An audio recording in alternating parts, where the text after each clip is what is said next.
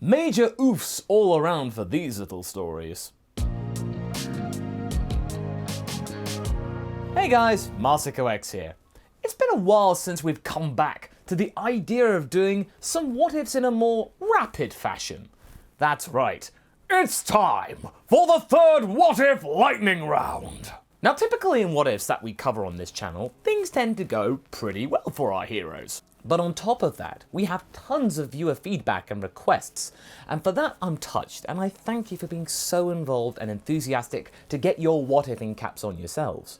You guys give us a lot of suggestions in the comments, and while we do try to read most of them, some of these ideas would ultimately end up being wrapped up with a very Android 16 sounding, "and then they died too." I don't like doing what ifs with a negative resolution most of the time, because it's effectively tarnishing the narrative universe that Akira Toriyama had conjured all that time ago. But that being said, it's not like the original plot is gonna go away anytime soon, right? So today, Haverock and I have dedicated an entire lightning round which focuses solely on scenarios where everything goes bad. Like, really, really bad. We're not talking just a little bit bad where people don't get what they want or anything. No. These are epic fails. What's really funny about all of this is the fact that due to the fact that we are changing some really minor details, or in one case, we're actually kind of making a whole new rule set to the world that wasn't there. I think for once, you will enjoy those series of fails and be thinking, well, how about that? That was kind of curious. But before we get stuck into these epic fails, I want to show you how you can do the opposite when it comes to your security on the internet. Today's sponsor, NordVPN, is something I hugely rely on in regards to my privacy online, plus preventing me from being stung by someone trying to steal my information.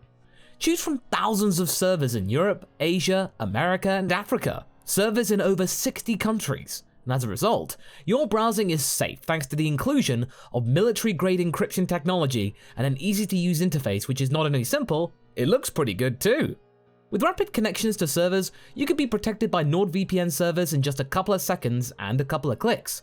Not only that, but if you go to nordvpn.com/Marsico to start a 3-year plan, that's right, 3 years, for just $2.99 a month, and if you then use the code Marsico as well, you get an entire month for free, just because you watched this video. So give NordVPN a go by visiting nordvpn.com/Marsico and use the code MASAKO for that free month and start shopping, browsing, and sharing memes in peace, as well as watch this very video. So let's kick things off with this notion. Have you ever wondered what would happen if the moon in the Dragon Ball world worked the same way as it does in our world? Well, the effects would certainly be catastrophic. This is the first story of today's lightning round. That's right. We're going to follow the steps of a certain someone who doomed countless lives. Shame on you. Master Roshi? What if the moon was gone? Yep, way before Piccolo blew the moon up to save Gohan, it was done by Master Roshi in the guise of Jackie Chun to stop Great Ape Goku from causing too much trouble during the World Martial Arts Tournament. And stop the ape he did. However, in this more scientific universe, the following things might have happened. Roshi, I know you wanted to save several hundred people, but this action might have been a major oopsie, the biggest of bees. It turns out that a lot of smaller pieces of moon start to fall down on Earth right after the technique was used. That's a lot of damage! And it destroys villages all over the world, I mean at least half of the world that was facing the moon at the time, and don't think that the other half got off so easy. Suddenly, the Earth would start rotating faster and faster. Volcanic activity would be much more unstable than it was before the moon checked out. All the major cities in the Dragon World would be faced with that threat. West City would be a pile of rubble. Papaya Island, the place where the tournament took place, that would probably be swallowed up due to tectonic activity in the not too distant future. Okay, but let's give our heroes a little bit of plot armor, or else the story would be really short. Let's say that despite all of this carnage, they survived. The World Tournament would likely be interrupted due to the evacuation process trying to get everybody to some kind of safety. People would look at Jackie Chun with fear and disbelief. After all, if the guy had enough power to fire at the moon, why didn't he just shoot at the giant monkey who was right there? I think it's pretty easy to say that people would turn on Jackie, forcing Roshi and his friends into hiding. Luckily, he could then drop the disguise of Chun and be somewhat incognito. I guess that's one plus going for him now. Of course, Roshi would feel immensely guilty about what he did, but he would feel that he had to do something. Well, now he can do something that doesn't involve a Kamehameha. Roshi would then of course try to gather the Dragon Balls and fix his mistake, but with Earth's climate constantly changing, he would need some help. Luckily, the Guardian of Earth has something to say about that. He would certainly be trying to do the same thing, and as we saw in the Namek Saga, he and Mr. Popo could gather the Dragon Balls lickety-split. Telepathically, and with Mr. Popo in tow, he would aid Roshi, Goku, Bulma and Krillin in their quest for the Dragon Balls, since Earth is now on fire. A place which would most definitely cause the premature appearance of King Piccolo, who would emerge from his cooker. Yeah, the structural integrity of a plastic/metal cooking apparatus would be taxed by fluctuating temperatures and the Earth being on fire. Oops. Upon exiting his domain, he would rejoice, seeing Earth in this state, although in the back of his head, he would feel that he would need to fix this at some point, as there is no point in ruling a ravaged planet with nobody to rule over. So surprise, King Piccolo's on the same side for a brief second? Piccolo would then race against our heroes in finding the Dragon Balls, but at this point of the story, he is way stronger than anybody else. I suppose the confrontation would happen when they are all at the final Dragon Ball. And I say he would off Krillin first, while Goku and Roshi would try to keep him at bay.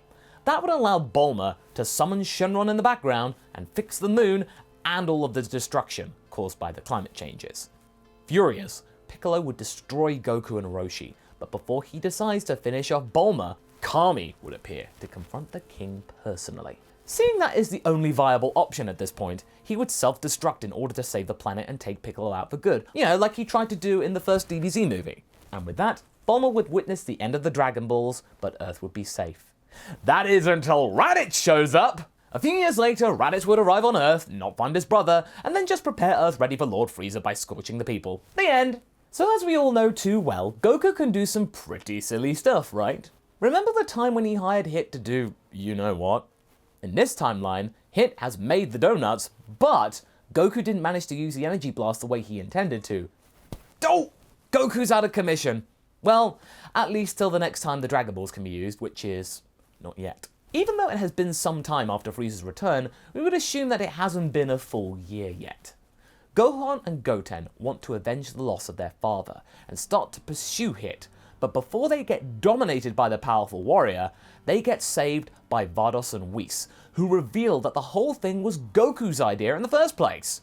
Hit was simply doing his job, no matter how ludicrous he found it to be. Gohan and Piccolo are so angry at Goku for acting so recklessly.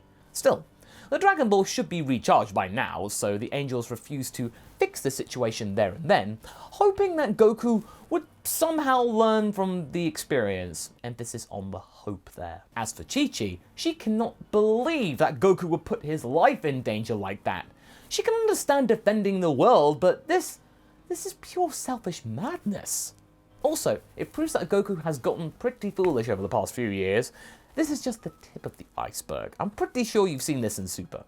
Equally furious is Vegeta, who tries to, surprisingly, act supportive towards Gohan, who, all things considered, decides to train more due to the absence of his dad. The sons of Goku still are pretty mad at Hit, but Hit, you know him. He's all about them donuts these days, he don't care about Gohan and Goten's feelings. Right now, this arrangement wouldn't be too big of a problem. That is until the Tournament of Power shows up! Nah, it's not got the same ring as Raditz's one. This time around, it is Vegeta who witnesses the announcement, and the ones fighting the Trio de Danger are Vegeta, Gohan, and Majin Buu. They are able to win, but still, everyone is very worried because they won't be able to bring Goku back to life. Vegeta also says to Buu that it's very important that he won't fall asleep. He promises him a lot of tasty food if they survive. Gohan is then tasked with recruiting the team as team captain, and with Goku not running around recklessly, he can actually do his job. The one main difference is that the one taken from the other world by Fortune Teller Barba is not Frieza, but Goku, and he actually hasn't trained that well. In the end, Universe 7 is pretty weakened by the whole situation, and much less willing to work together, which causes the team to lose.